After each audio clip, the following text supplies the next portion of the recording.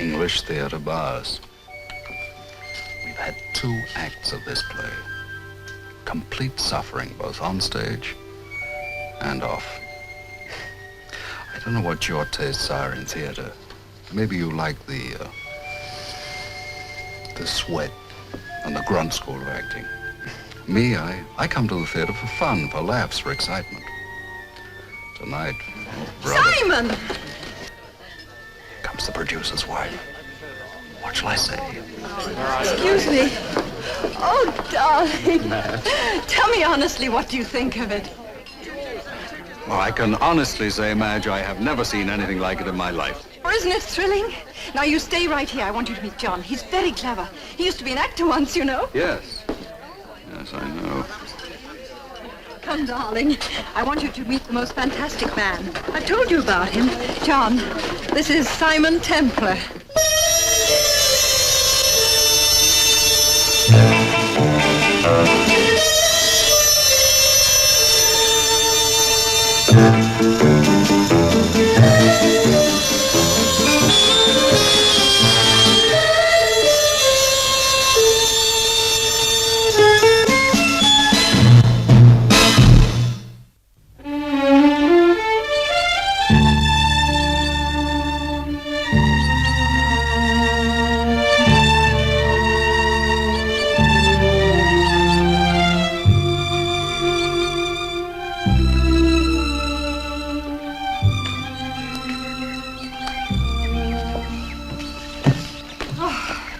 Heavenly.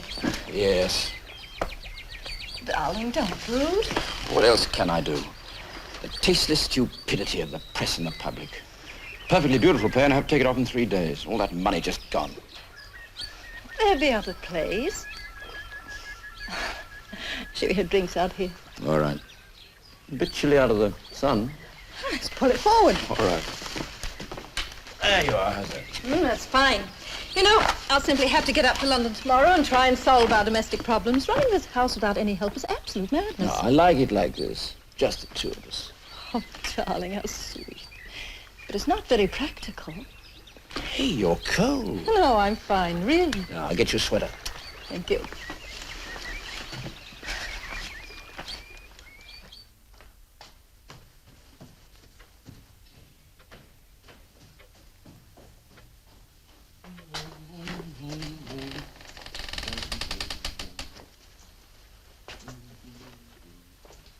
Madge, catch!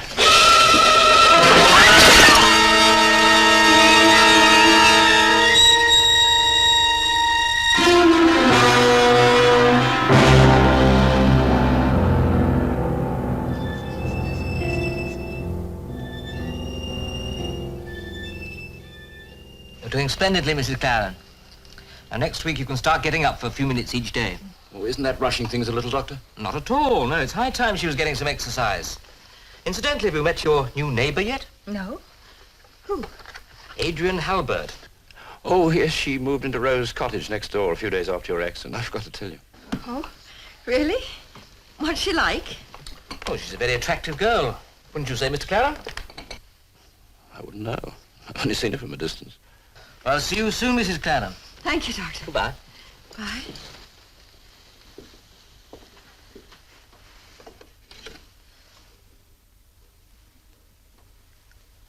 By the way, Mr. Clarron, that nurse I spoke to you about, she's free now. Shall I have her phone you? Oh, thank you all the same. I've got a housekeeper arriving tomorrow. Well, I hope she works out for you. You could do with some help. You look exhausted. Exhausted, Doctor? Or guilty? Now, look here. You mustn't blame yourself for this. Then who do I blame? It was my fault. Madge might have been killed. But she wasn't killed. In a few weeks, she'll be fine. And have some visitors. You know, ask a few friends over. It'll do you both good. Anyway, I'll pop in again tomorrow morning. Dr. Sprague, if you call too often, she'll think she's much sicker than she really is. Couldn't we leave it that, if she needs you, I'll phone? Well, if you'd prefer it that way. Well, you said yourself she's going along splendidly. Yes, so she is. Well, if the least thing goes wrong, I'll call you immediately. And thank you very much for what you've done already. We both appreciate it. Oh, not at all. But you will call me if I can be of help. Of course, Doctor. Goodbye. Goodbye.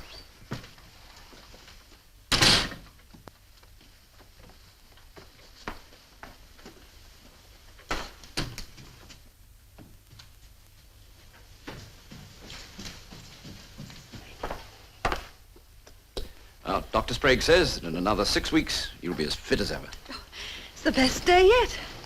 No pain at all. I feel so terribly responsible. Oh, it was an accident. You know it and I know it. Sorry. I shouldn't have brought it up. I've got an idea. Couldn't we have Margaret and Frank in for drinks? Darling, I won't let you rush things. Dr. Sprague said no visitors for another 2 weeks. Oh, I suppose you're right.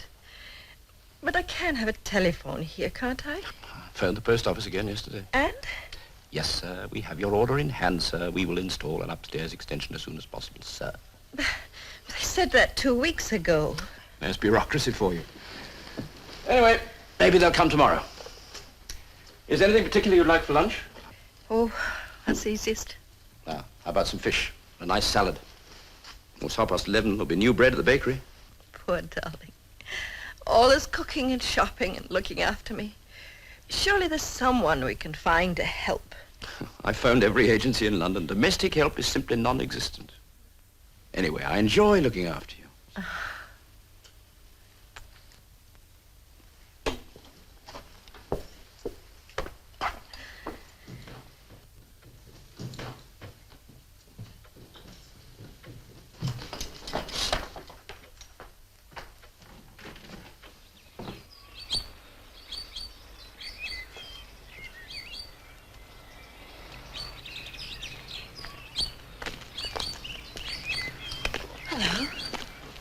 Good morning, Adrienne.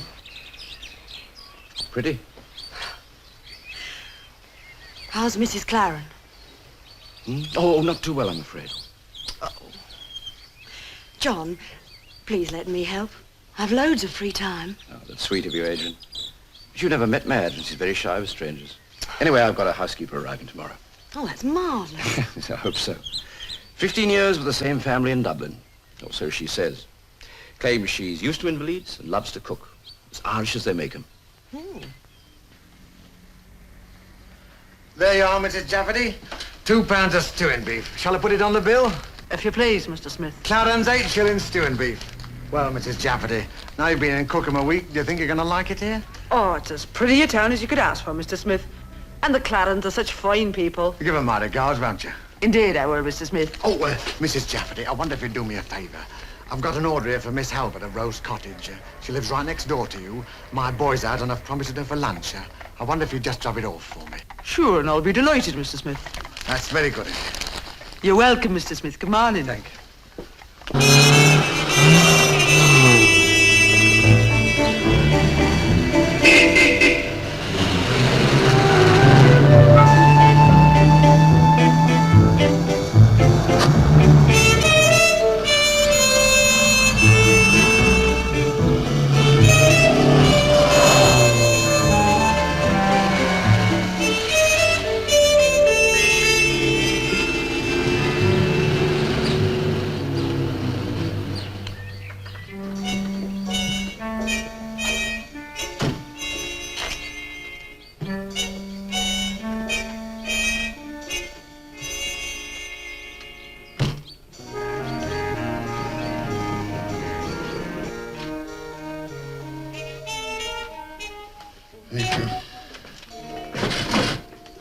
Simon Templar! It's good to see you. Mario, it's good to see you too. Like a stone you dropped from the blue. I just can't believe it. My entire establishment is yours. Anything you wish. Well, it's just as well because my bags are in the car outside. Don't worry, we'll have them brought in. And now, what to drink? A Manhattan? I mix it myself. No, at this hour, just a pint from the barrel. Warm, flat, nourishing, and very British. And what brings you to Cookham? An adventure? A criminal? No, after a month in Paris, I suddenly had a crazy bolt of nostalgia for the sight of your ugly puss. Simon, this is me, Mario, remember? You can be honest with me, no? Why not? Can you keep a secret? It is like telling a dead man. I'm looking for a woman. Uh-huh. 38, 24, 36. Bellissima. Well, that's only a head.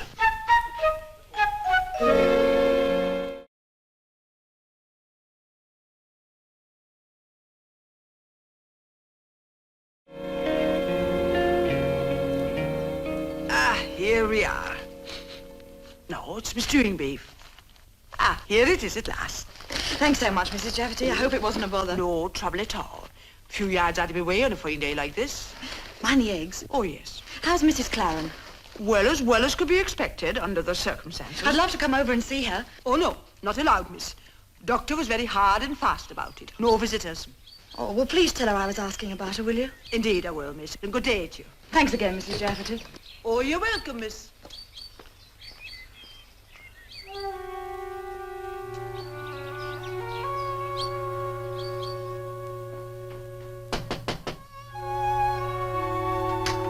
Mrs. Jefferty?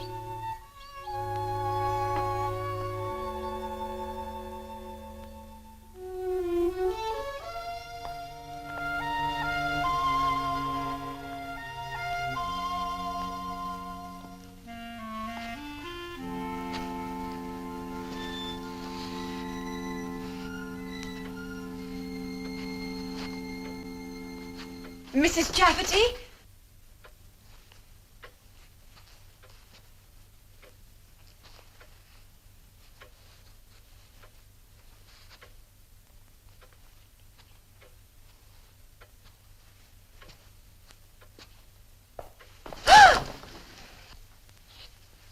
Hello, Adrienne.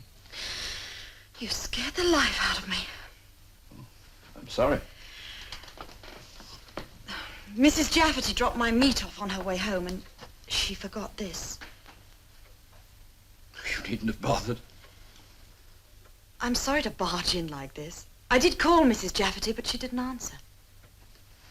You could never barge in. John, now that I'm here, couldn't I at least say hello to Madge? Ah, that's sweet of you. I wish you could. I'm afraid Mrs. Jefferty's bathing her right now. Oh. Well, you know what housekeepers are. What they say goes. Otherwise, they go. Where are you? Okay, then, some other time. As soon as Madge is strong enough, you'll be the first visitor she'll have. I promise. She's dying to meet you. Thanks, John. Goodbye. Goodbye.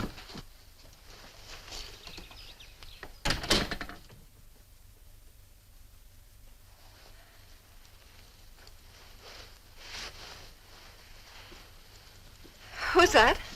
Oh, just some deliveries. I ordered some champagne for you. Oh, thank you, darling. Oh, incidentally, Madge, I have a few bills to pay. I'll give you a check. Thanks. How much do you want? Oh, well, Taylor's bill this month, they'll make it 300. Isn't that rather... What? Well, go ahead. Go ahead, Madge, say it. You think it's too much, don't you? No, darling, not at all. You've every right, of course, since it is your money. Oh, John, that's cruel. Oh, the truth has a way of being cruel, hasn't it? And the truth is that you pay for everything in this house. The food, the drink, the car, even my clothes. Well, it gets a little wearing after a time. A man doesn't particularly enjoy living off a woman. Is that how you classify me? I thought I was your wife. Madge, darling, I'm sorry. I didn't mean it. I think you did. No. It's just that sometimes I feel... I don't know. I've never bought you anything, really. Just a few flowers and chocolates. You buy your own furs, jewelry. You even paid for your own engagement ring. John, why does it have to matter so much to you? Why can't you just accept it? Why do you have to think of it as my money? It's our money. This isn't my house. It's our home. Yeah, of course it is. I'm sorry, darling. Let's forget it. All right. John, tell me something. What? Are you happy? With me, I mean. What sort of question's that? Are you? Of course. I love you. You don't say it very often. Well, Oh, does it embarrass you? a little perhaps. Darling, once in a while, tell me. I love you, Madge. Very much.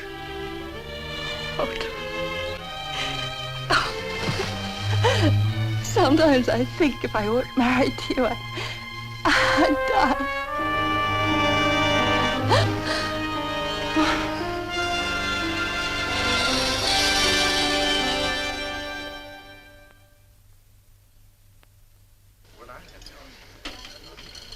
There it is, a custom-built Manhattan. Thank you, Mario. Simon, we are friends, no? We are friends, yes. Cheers. It's just that sometimes I do not feel I know you at all. I'm not very complicated, Mario. Like all men, I am searching for personal fulfillment. I won't accept mine by proxy, that's all. I do not understand. Well, it's very simple. I don't like being a cog in the machine. Being one of the millions of ants that devour the dragon is all very noble. But it's not half as much fun as being St. George, is it? With the sword in the hand and the foot on the neck of the dragon, huh? And an arm around the fair maiden. Sound cockeyed? No, not with that addition.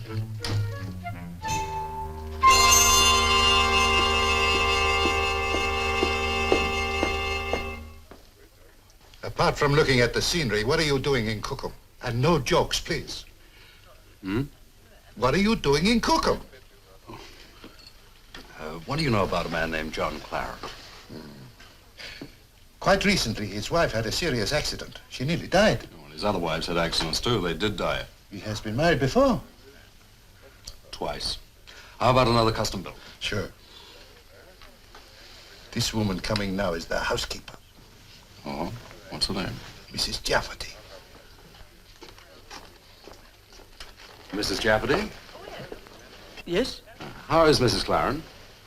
Oh, would you be knowing her? Why, yes, you might say I'm a sort of friend of the family. I even knew the former Mrs. Clarron. Oh, would that be the American lady? Yes, Grace Selden. I was once engaged to her sister. Well, you know, fancy that. You might tell them I was asking. I will indeed, sir, if you'll be telling me your name. This is Mr. Simon Templar, Mrs. Jefferty. Oh. Pleased to meet you, indeed. Sure, I'll be telling Mr. Clarron you were asking. Goodbye, Mrs. Jefferty. Goodbye now. Simon, you are perhaps incognito. Did I do wrong to mention your name? No, of course not, Mario. Another Manhattan. Or do you feel like some dinner? Mr. Templar is having dinner with me. I am. Well, aren't you? Yes. Yes, if Mario will excuse me. Excuse you. I congratulate you. I will bring the menu. That won't be necessary, Mario. We're dining at my home. Bring us 2 Manhattans on me. The lady's spoken, Mario. You wish your orders like a general. You want to argue? Not with a general as pretty as you. However, sometimes I ask questions. Sometimes I answer. What's your name? Adrienne Halberd. We've met before? You don't remember? Oh, yes, of course. It was Paris in the spring. Central Park in the rain. Calgary in the Chinook. Now you're guessing. Well, how about you're a special investigator for the Majestic Insurance Company? And you're in Cookham for exactly the same reasons I am. To prevent John Clarron from murdering his third wife.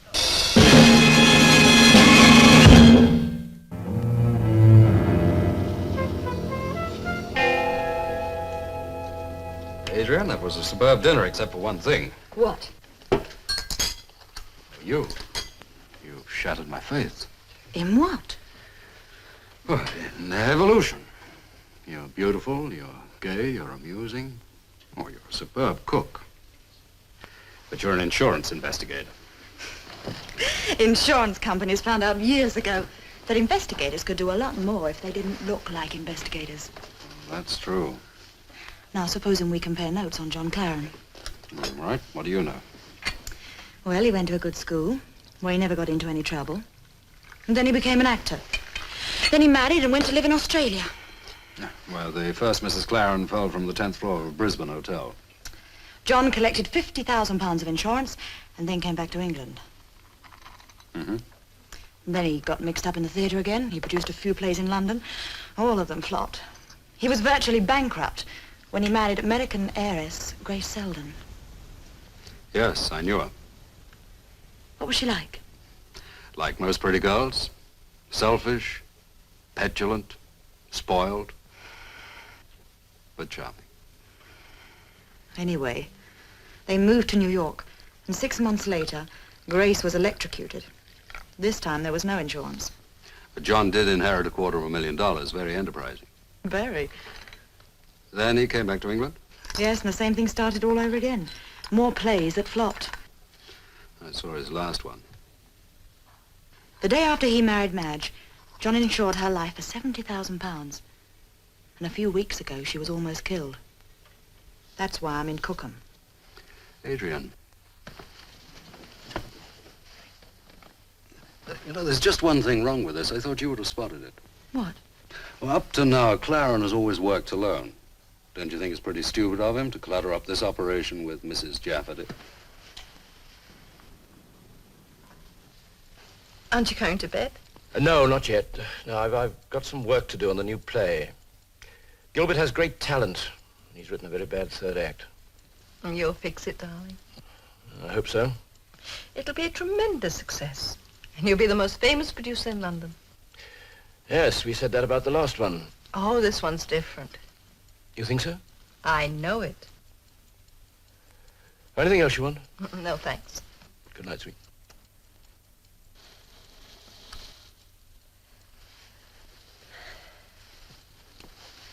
I have a hunch that Clarron is doing some hard thinking tonight. Why? He'll either call the whole thing off or he'll panic and hurry things up. I don't understand. Well, it's the predictable reaction of the ungodly. I've seen it happen 1,000 times. Clarron's been at the end of a diving board for some time. Any day now, he's going to take the plunge. What on earth are you talking about? Well, I told Mrs. Jefferty that I was once engaged to Grace Clarron's sister. I still don't understand. Grace Clarron never had a sister.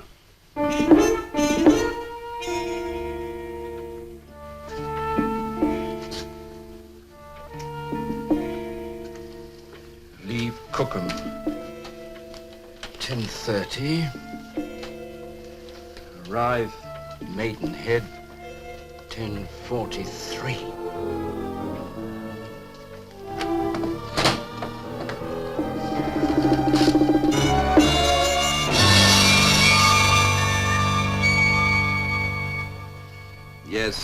Yes, I know. But look, Gilbert, dear boy, yours is not a play of action. It's a detailed study of an environment.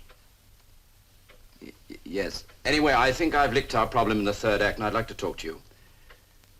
Can you have dinner tonight at my club? Right, should we say 7 o'clock? Fine. I'll look forward to seeing you. Right, goodbye.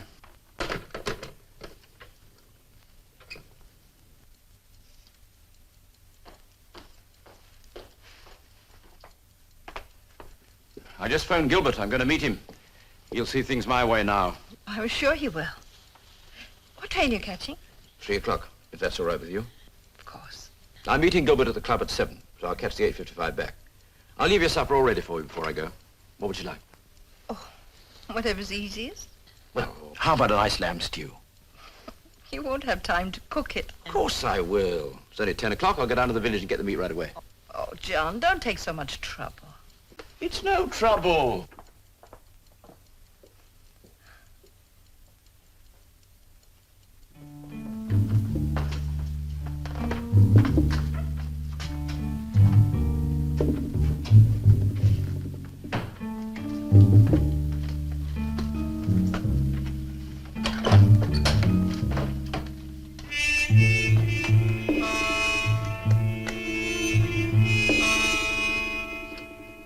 I'll be back in about 45 minutes, dear. All right, dear.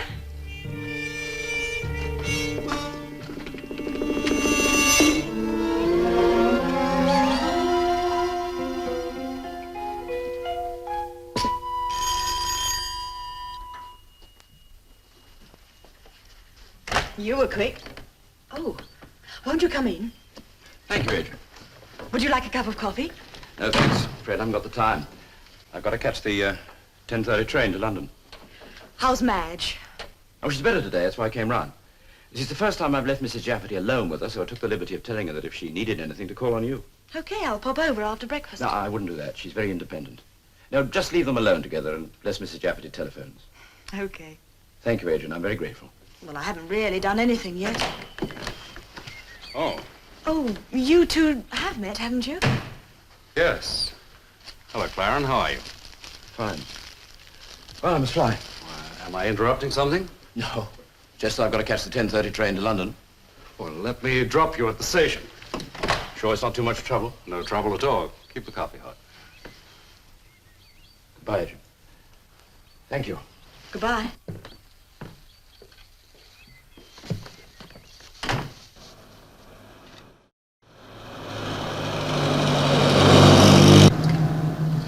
How's Madge? As well as can be expected. Well, when can I come over and see her? What are you doing in Cookham? Playing golf. Seeing Adrienne. When can I come over and see Madge? Unfortunately, she's not allowed visitors. Yes, I sort of gathered that from your housekeeper. Could you know her? Yes, I met her last night in the pub, didn't she tell you? Oh, she's a great talker. I don't listen to half of it.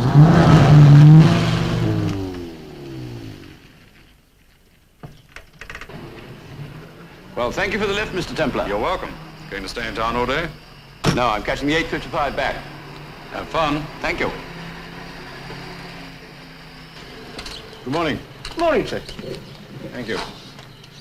Oh, by the way, I suppose you wouldn't know what platform at Paddington the 8:55 leaves from this evening? Blimey, sir, I wouldn't have the foggiest idea. No, I suppose not. Afraid it was rather a silly question. That's all right, sir. We all ask him from time to time.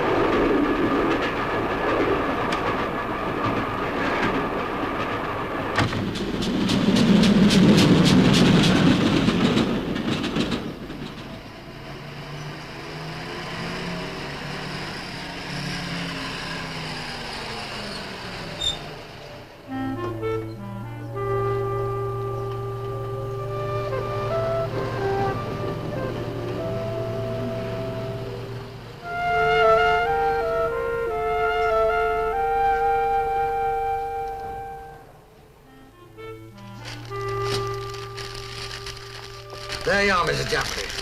£1 of stew in that. You sure that'll be enough for 3 people? Oh, it's only for me and Mrs. Clarron. Himself's gone up to London. Good day to you, Mr. Smith. Good day, Mrs. Jefferty.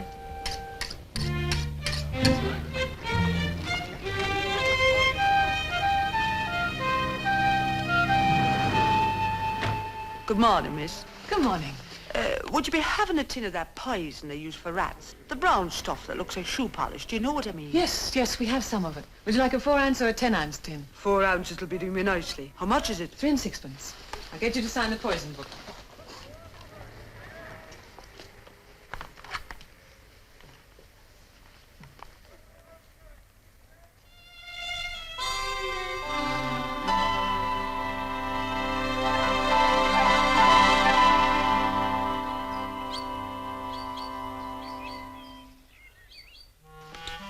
That's odd.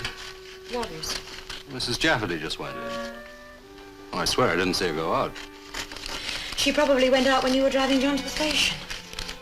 Probably. You know what's even more peculiar? What? Well, knowing Mrs. Jefferty, I just can't believe she didn't tell John what I said about being engaged to Grace's sister. The Irish are so unpredictable. but women aren't.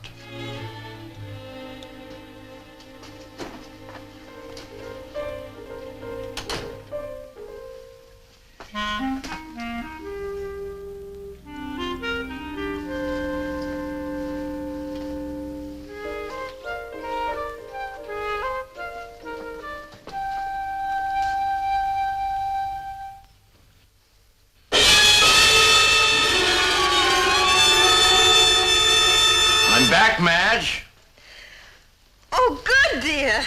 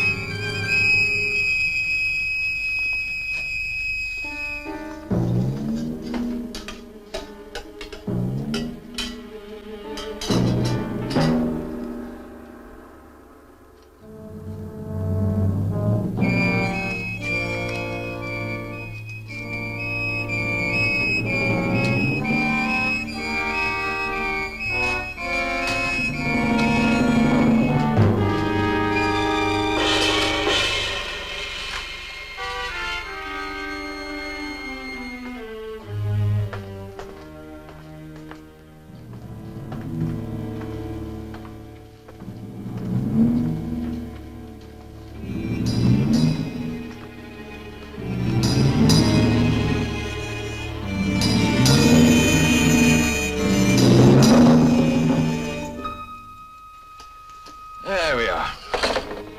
You didn't really make me a stew, did you? Of course I did. Now, all you got to do is light this at 6:45. It'll be piping hot by 7. Now, let's see. Magazines, television. What about cigarettes? Oh, got plenty.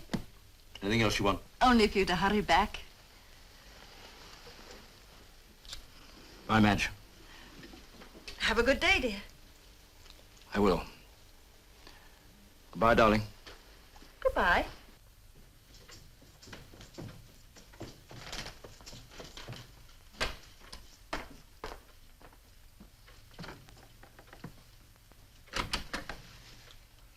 I'll be back by 10, dear. All right, darling. Bye. Bye, darling.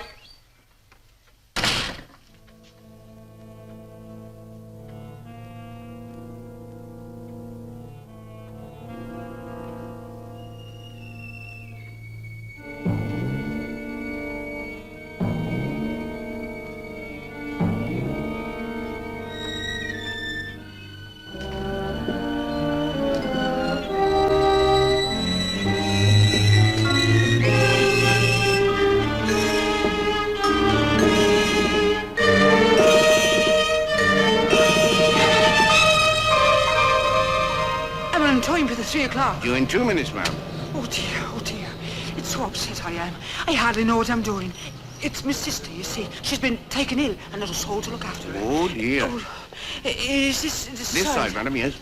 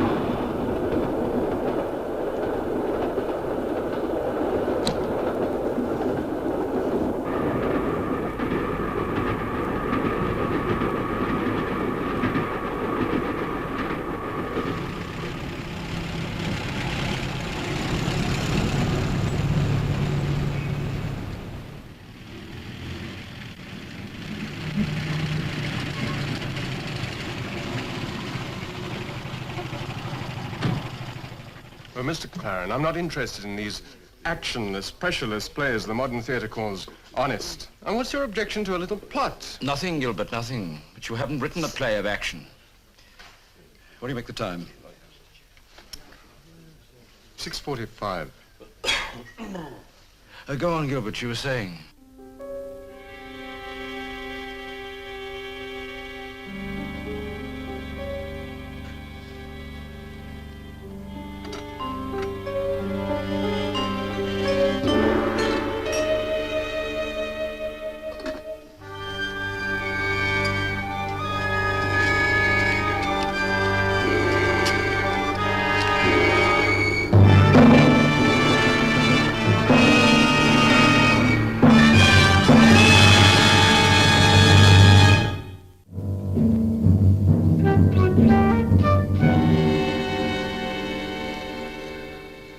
Adrienne, what time do you make it?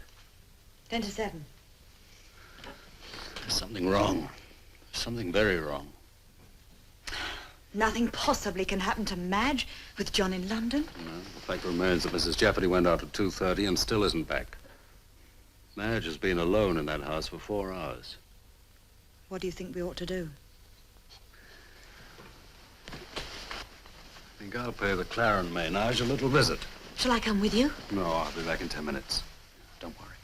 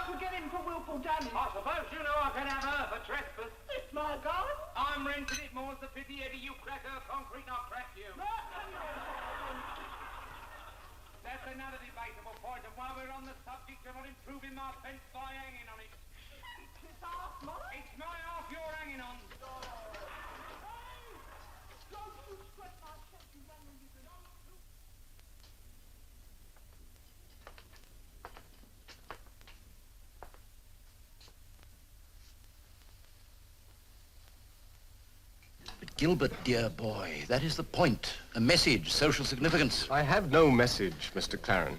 I doubt if I'm capable of improving the world. All I want to do is to give the paying customers a thoroughly entertaining evening in the theater. And if you take that attitude, you might produce a success occasionally instead of a series of dismal flops. Well, that's how you feel. I feel, Mr. Clarron, that you are a untalented, overblown professional bore. I have a train to catch at 8:55. Obviously, we've nothing further to discuss. My bill, please.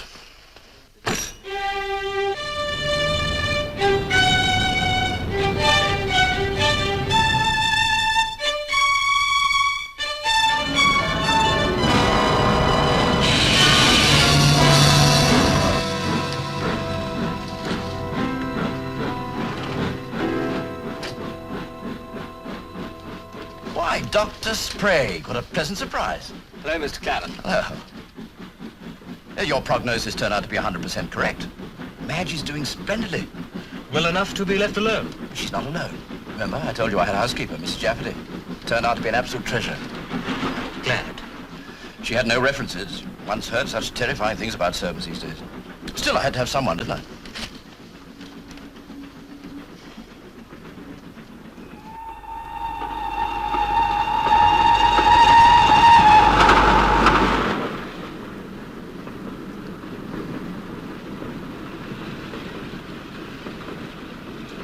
Dr. Sprague, could I ask you a favor?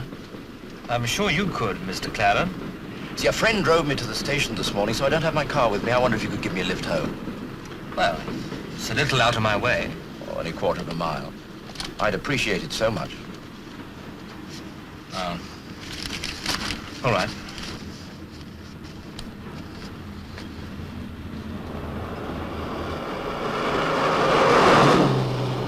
And then he became absolutely insulting. I don't understand writers. I swear I never will. Complete egocentrics, every one of them. Never think of anybody but themselves. Oh, is this me already? Oh, thank you, Doctor.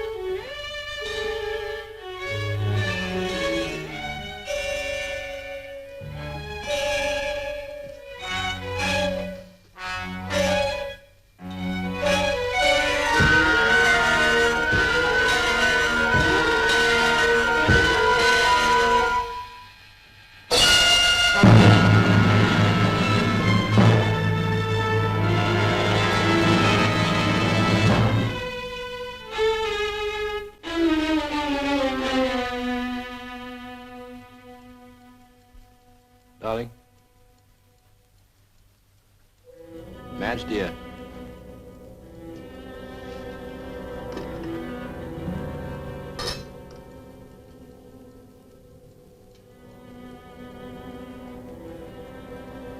Madge?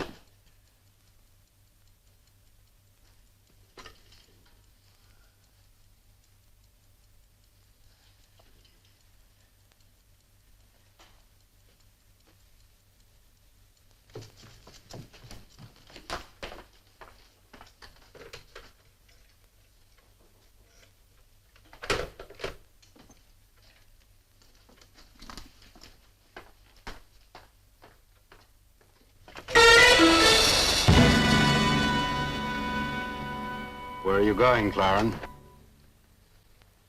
Back to Brisbane? Or New York to Grace's apartment on Park Avenue?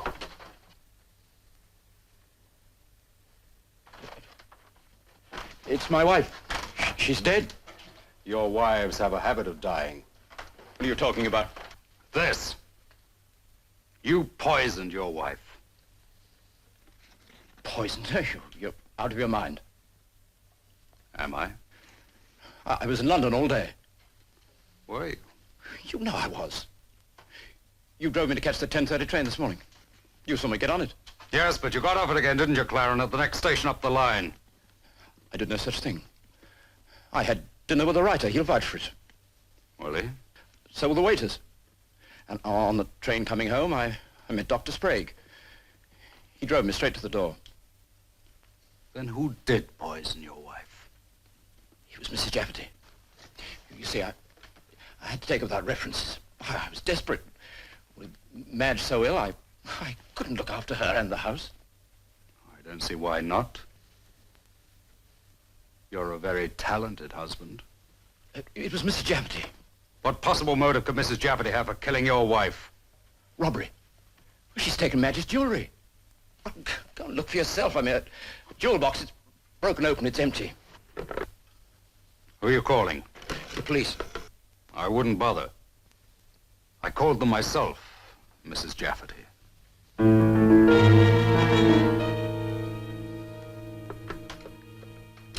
What did you call me? Mrs. Jefferty. You know, I have to hand it to you, Clarron. It was a beautiful performance. You created an identity that all the tradesmen in the village believed. Then to avoid visitors, you told them Dr. Sprague wouldn't allow it. That way, no one could ask questions about the mythical Mrs. Jefferty.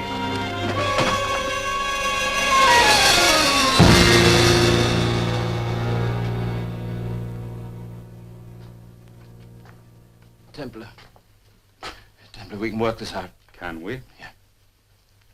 There's a £70,000 insurance policy on Madge's life. I'll collect it in a month.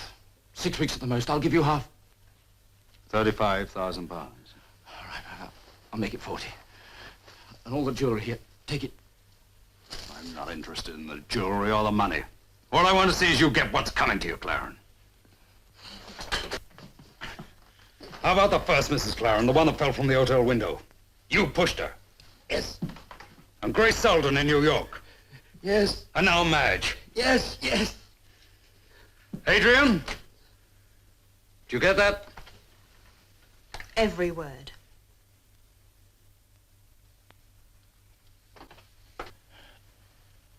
It was different with Madge. How? I loved Madge. I didn't love the others, but I did love Madge. You know, John, I believe you did.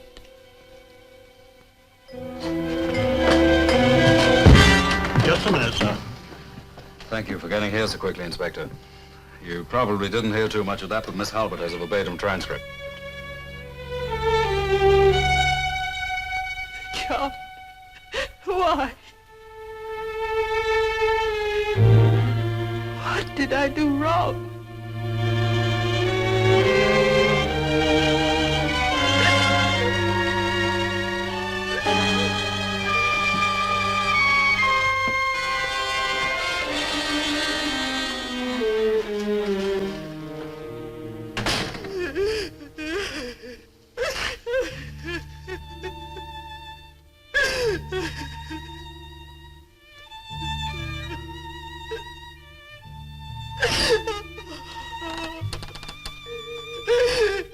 Madge. Madge. I love him. Oh, I love him. Even when you were telling me the whole horrible story, so that I wouldn't eat the poison, that's all I could think of. How much I love him.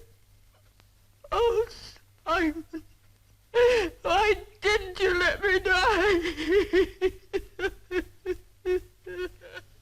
Because I know that in time you'll feel differently. And you'll want very much to live.